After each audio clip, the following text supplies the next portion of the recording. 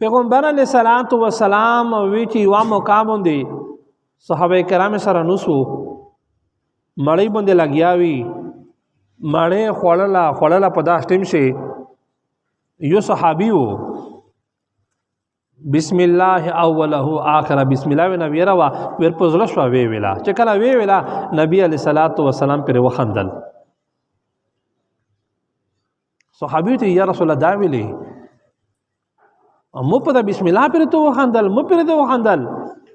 نبی علیہ الصلوۃ والسلام میں ته فرمائی حدیث شریف شرسی و ته فرمائی چې مو په دا پر نه وخندل چې کله په بسم الله باندې ته روغله په مړی باندې ښناسته شیطان تو سره سام دم لګیاو تو سره خاروق کې کړو په خاروق باندې لګیاو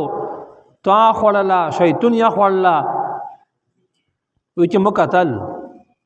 هو وی چې کنه چې بسم الله ویلا بسم الله اوله اخره وی چې شیطان چې سخړلی غونی هغه کوي کړل وی چې مو په دا پر وخندل چې شیطان سخړلی وی آی کوي کړل په پر مې خندل دا خلیفہ بسم الله ویل باندې نن ویل دي میشتوس په غلاشه برکات نشتا نن ویل میشتو په خروج شوکشه برکات نشتا زکه نشتا چې میش نه بسم الله وته وی او نه الحمدلله وی پوشه نه په سنت طریقه باندې عمل کی نو پیغمبر علیہ الصلوۃ والسلام وی ته چې مو په دا پر وخندل چې هغه شیطان سخړلې وی ان سه کای کړل وی چې مو په پر وخندل نو دی وجه نامو عزت منه په چار دعدو چې میش بسم الله په هر حالات شوی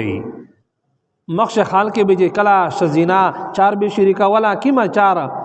دونا به چغا ولا لشي به رخ بسم الله اغه ډیر برکات وي نن عاشق نه وي بسم الله کچره دا د الله پاک نوم میجو خلی وتا او دا نوم د پیغمبر علیہ الصلوۃ والسلام نه بلکې د آدم علیہ الصلوۃ والسلام نه بسم الله روغلی دو